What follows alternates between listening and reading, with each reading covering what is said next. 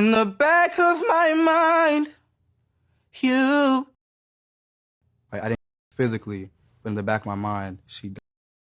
And I didn't even cry, not a single tear. I've seen people online take different meanings and interpretations from that one part of the song where it's like it's their past selves that's, and they're not even crying about it because they're evolved or become better people or have addictions and other different stuff like that. So I think it's very powerful in that way too. My location on my other phone this morning is in China right now getting tragic.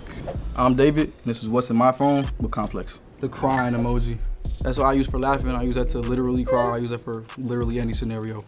And the irony of it was that person that was saying, I love you, she's not in my life anymore. So it's like, people say that the string can't be cut and the connection cannot be severed, but I feel like it can sometimes. And that's why I wanted to put, Afterlife and all these songs that feel like endings and conclusions and goodbyes on the project. He's basically an agent of chaos and kind of my alter ego. And the story of the manga went like I was a detective and there was an evil version of myself that would kind of come out at random moments, kind of like Fight Club with Tyler Durden. And he would commit the that I would have to solve as the detective. New interview of David talking about his alter ego. David is saying that his alter ego unalives people that the real life David has to solve. Listen to the way that David talks about this character. David said that he wanted to make his own manga series. A big part of that manga was an evil version of me named Atami, which means pain in Japanese. This case just went from shocking to downright terrifying. What started as whispers about a messy timeline has now exploded into rumors of betrayal, cover-ups, and even family ties pulling the strings. Caleb, David's older brother, is at the center of it all, and fans are questioning whether he's protecting the truth or burying it deeper. But here's the kicker. The story you think you might know might not be the real one. Stay tuned, because the next twist changes everything. This song is talking about in your music? No, not my son. And I was like, wait, I might be onto something. Bro. And that's just what he said. You really are a special human being, though. We have an entire album to discuss, and are you withered, man? Like, what's up? That's where I'm at. That's where I'm at right now. Genuinely? Returning, figuratively, spiritually, that's like, I want to dive into this album as my entire aesthetic and my entire being is like withered. My entire being. I kind of felt like it was a prophetic thing that I was speaking about heartbreak and love and all these things I had never experienced before, but then I actually experienced them and it's like, yo, I really said this about myself 2 years ago. It's happening. But is it what you really expected?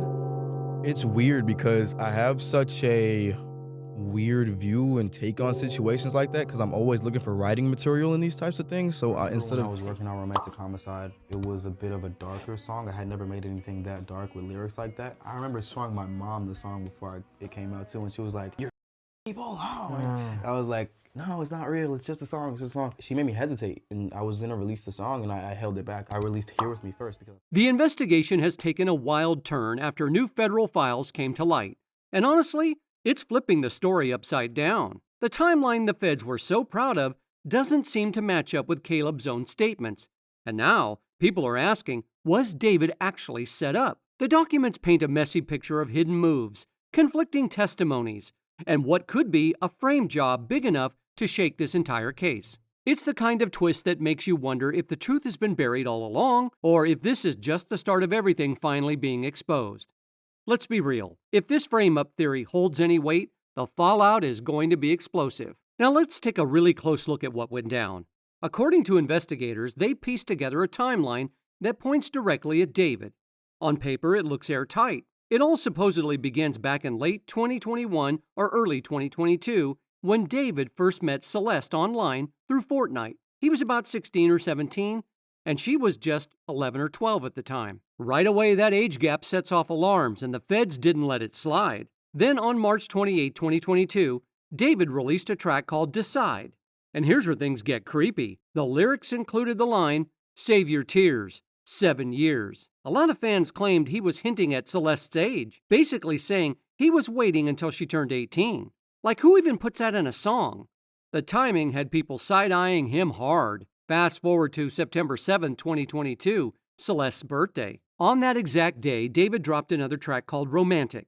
Now, we all know artists connect their songs to personal moments, but the feds flagged this as way too convenient. Coincidence or a breadcrumb? Then came October, when Discord chats started to leak. David was allegedly asking if Celeste was in the chat, and she replied, "Those little interactions might not look like much alone, but when you pile them together, it starts looking sketchy." 23, things really escalated. There was a Twitch stream where David was seen laughing with Celeste about some pretty controversial stuff. But the second he realized it was risky, he told her to delete the VOD immediately. That kind of panic made investigators look even closer. And then, by February 2024, the situation got darker. Celeste's mom reported her missing for the first time, and around that same time, David was already getting called out online. Fans were leaving comments saying the LAPD was going to catch him for allegedly messing with someone underage.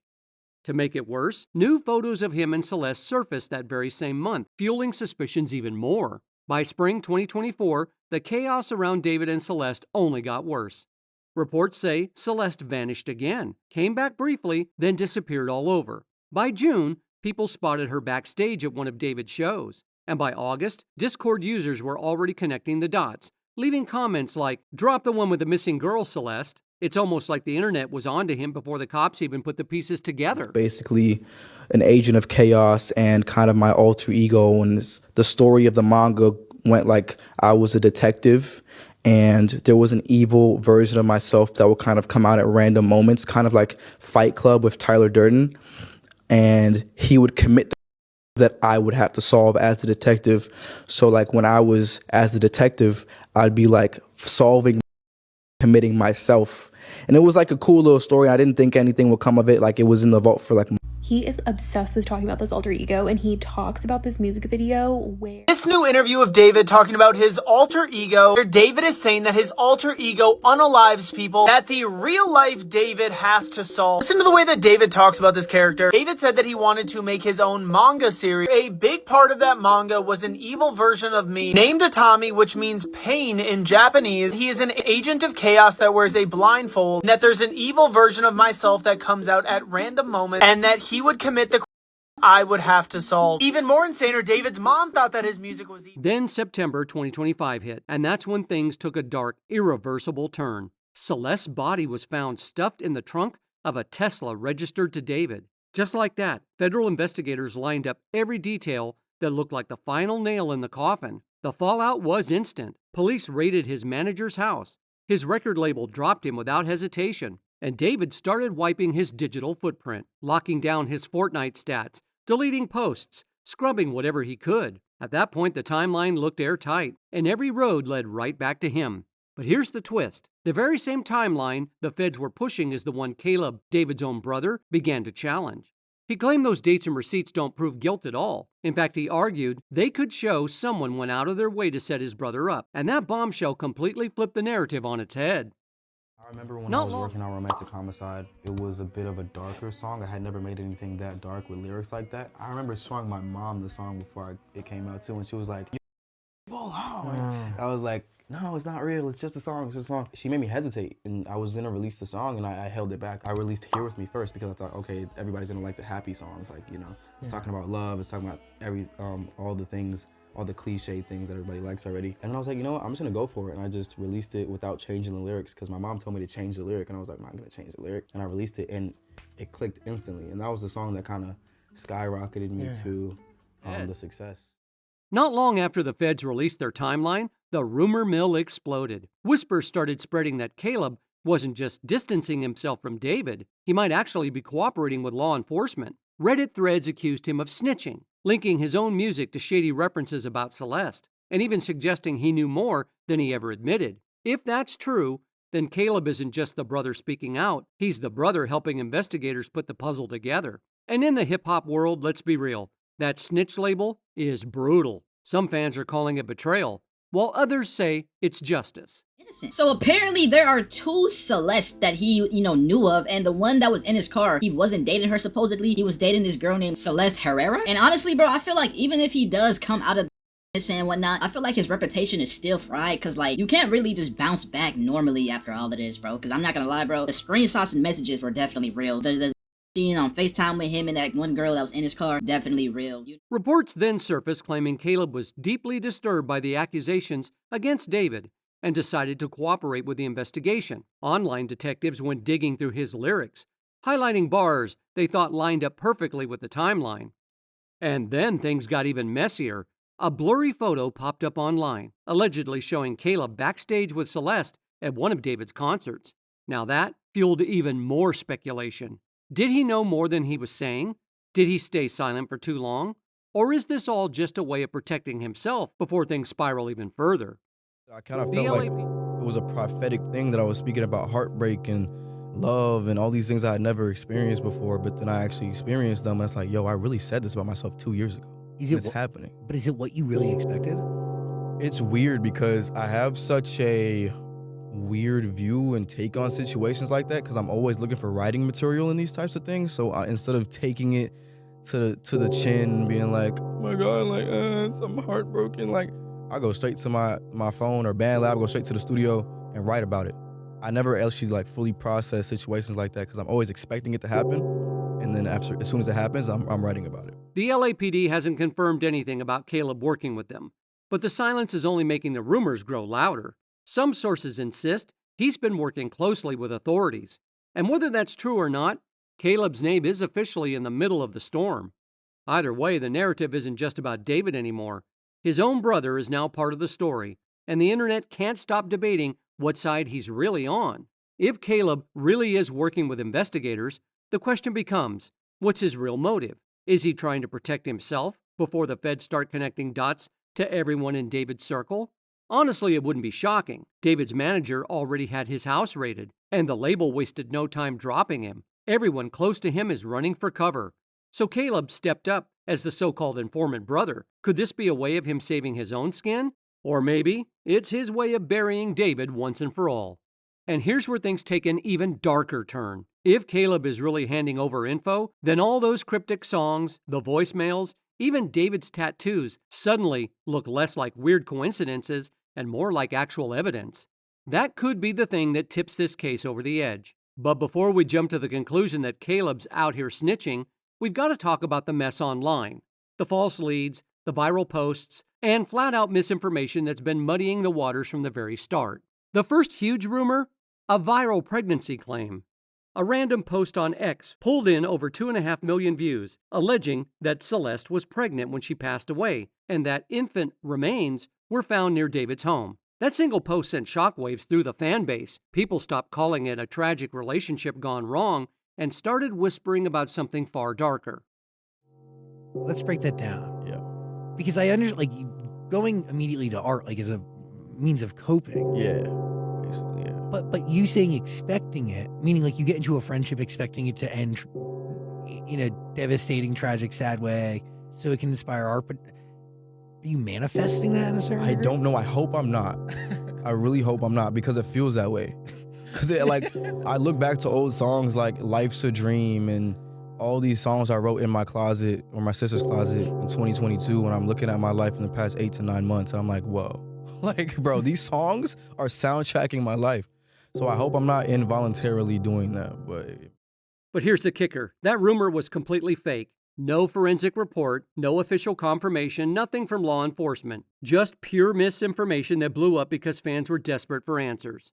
Then came the drama around Celeste's aunt, and this one was messy. Screenshots surfaced of her posting shout-outs, flashing her new talent badge, and almost treating the tragedy like a content hustle. Some fans slammed her for clout chasing, while others said maybe this was just her way of coping with grief. Either way, it left people side-eyeing the family dynamics really hard, and the whole situation added even more chaos to an already confusing case. All this noise, false leads, family drama, viral posts, it all has made it nearly impossible to separate fact from fiction. On one hand, federal investigators are quietly building their case. On the other hand, internet detectives are flooding timelines with unverified theories, half of which end up being fake. It's complete chaos. But what if that chaos isn't random at all? Because when lies dominate the conversation, the real evidence gets buried. And honestly, if someone wanted to distract the public or cover tracks, drowning the internet in rumor after rumor would be the perfect strategy. So now we have to ask ourselves, are these false claims just desperate fans reaching for answers? Or is this part of something much bigger? That's where things get creepy, because while everyone was busy chasing fake leads, the darkest evidence might have been sitting in plain sight the whole time, inside David's own music. Investigators have started looking at his lyrics, his texts, and even his live performances, and the more they dig, the less it feels like coincidence. To them, it looks less like art and more like a confession. David has actually spoken openly about his upbringing. He revealed that his parents pulled him out of school, homeschooled him, and raised him in a strict religious household. He confirmed these details in an interview with Dazed. Some people who knew him claimed that even as a teenager he showed disturbing obsessions: B, the afterlife, and V. Isolation and endless hours of video games that only seemed to intensify those thoughts. When fame and money came rolling in, his parents loosened their control. But that freedom mixed with his own growing obsession with Celeste, that may have been the exact recipe for disaster. To many fans, she wasn't just his girlfriend, she was the centerpiece of his entire world. The theory is that Celeste may have lost her life sometime between October and January, right around the time David was finishing his last album. And when you go back and actually listen to that album, paired with what he said in interviews, it starts to sound far less far-fetched. In one interview, David admitted, "That's what I feel for my art. It's beautiful for a time, so my music is only here for a temporary time. Withered is the process of going back to where I came from. I wanted the album to sound like a goodbye, a send-off to the next era or whatever I'm doing next." He doubled down later during a sit-down with Zach Sang, saying, "This album is my life. Withered is my life. Petals of thorns and lost petals are what I wanted my life to be, and then withered is my life." To a lot of fans, those words don't just sound artistic. They sound like a coded farewell, maybe even a chilling confession wrapped in music. But I'm kind of owning the D4vd thing now. Like, a lot of people are calling me that, so I'm like, it might just be the word. Wait, I mean, we've been saying it for a long time, but mainly as a joke, and my greatest fear came true, which is I just casually said it, and I didn't really intentionally want to do that. That's so funny. D4vd, it just flows nicely. Right? D4vd. It just feels good. D4vd. Yeah. You really are a special human being, though. We have an entire album to discuss, and are you withered, man? Like, what's up? You know, like, that's where I'm at. That's where I'm at right now. Genuinely? Returning, well, figuratively, spiritually, that's like, I want to dive into this album as my entire aesthetic and my entire being is like withered. My entire being. What does it mean to be withered? So, the entire aesthetic of this project is returning to the dust. A rose grows from the dirt and then it also decays back into the dirt. So with this project, the way I made it, the way I'm talking about the themes on this project, the way I'm talking about my emotions and my feelings, it's all returning to the dirt with this. It's like an entire life cycle.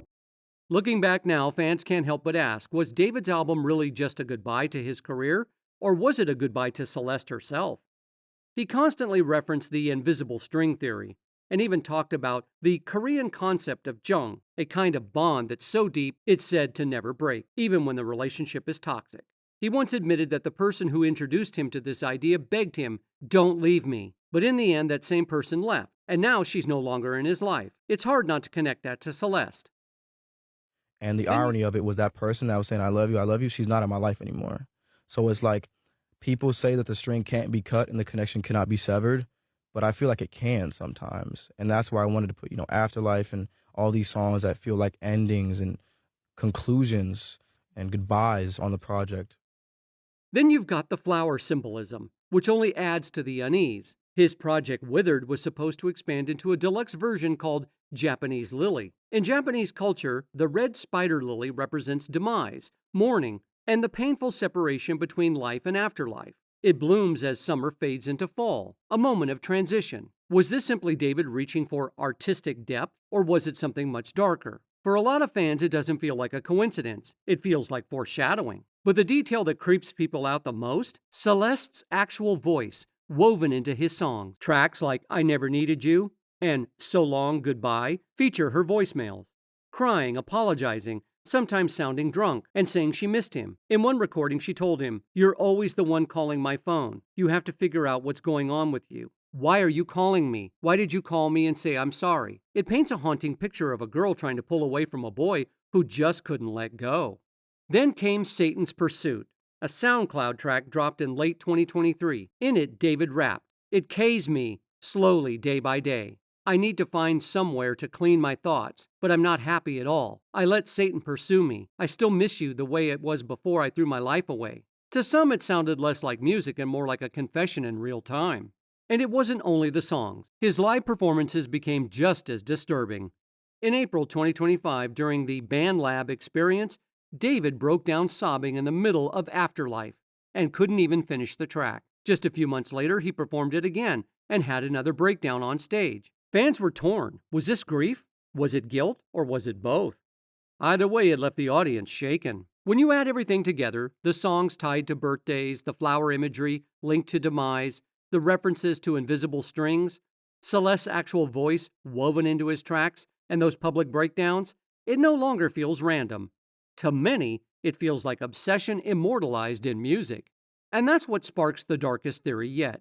That David may have hidden tragedy of Celeste for months before leaving her in a Tesla, hoping it would be destroyed before anyone ever found her. Some even believe he wanted to be caught, because really, why else would he leave so many breadcrumbs scattered across his art? But here's the question that has everyone's skin crawling. If David was really spiraling this badly, did the people closest to him, his manager, his label, even his own team know more than they admitted? And if they did, how deep does this cover-up really go?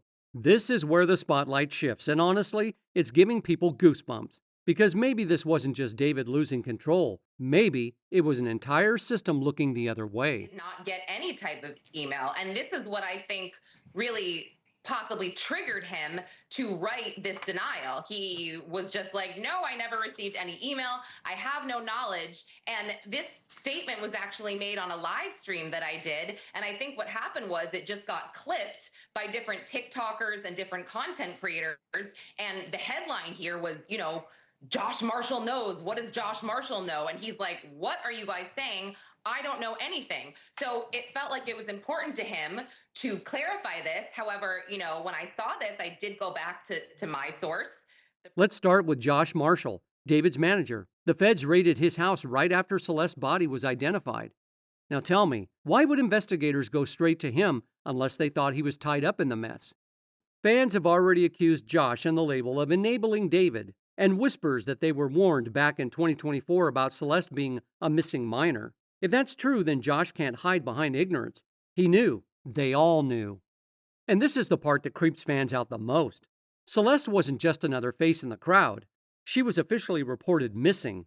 Yet she still appeared at David's shows, slipped backstage with his crew, and stood right there in plain sight while still underage. The fake IDs, the fact that she couldn't drive, the photos online, it should have been screaming red flags. So why did nobody step in? The theory is chilling but simple. The money was too good. Protecting the brand mattered more than protecting the girl.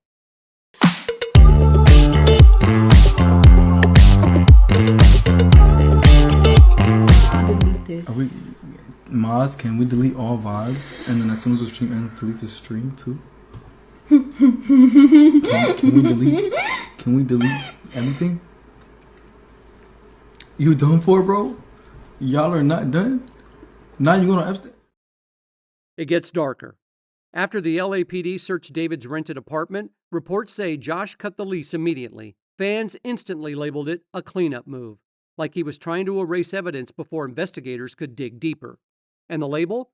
They dropped David just as fast, almost like they saw the storm coming before the public even caught up. That timing alone has people questioning whether they were covering their own tracks all along. And then there's Caleb. If he really is cooperating, or at least distancing himself, it means investigators might not just be circling David anymore. They could be pulling the net wider, looking at management, the label, and even family ties. Some believe Caleb feeding information could be his way to survive the fallout while Josh and the label scramble to keep their names clean. At the end of the day, here's the truth nobody can deny. David isn't the only one under suspicion anymore. His entire team is being dragged into the mud. And the more layers that peel back, the more people are starting to believe this wasn't just one man spiraling. It was a whole machine protecting him until the truth got too heavy to hide. And that is the scariest part. If David's own family, his manager, and his label are tied to this, then what else is being hidden from us? The deeper investigators dig, the more that this looks like it's not just one man out of control. It might have been the entire system built to protect him. But the real question is, who's going down first?